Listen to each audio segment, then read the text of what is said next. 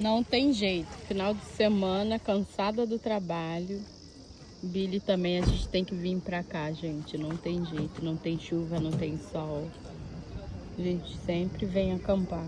Já estamos começando a preparar tudo aqui. Pra poder... Daqui a pouco a gente vai entrar ali naquela aguinha ali, naquele lago. Né, Billy? Saúde! E é isso, já começamos aqui os trabalhos.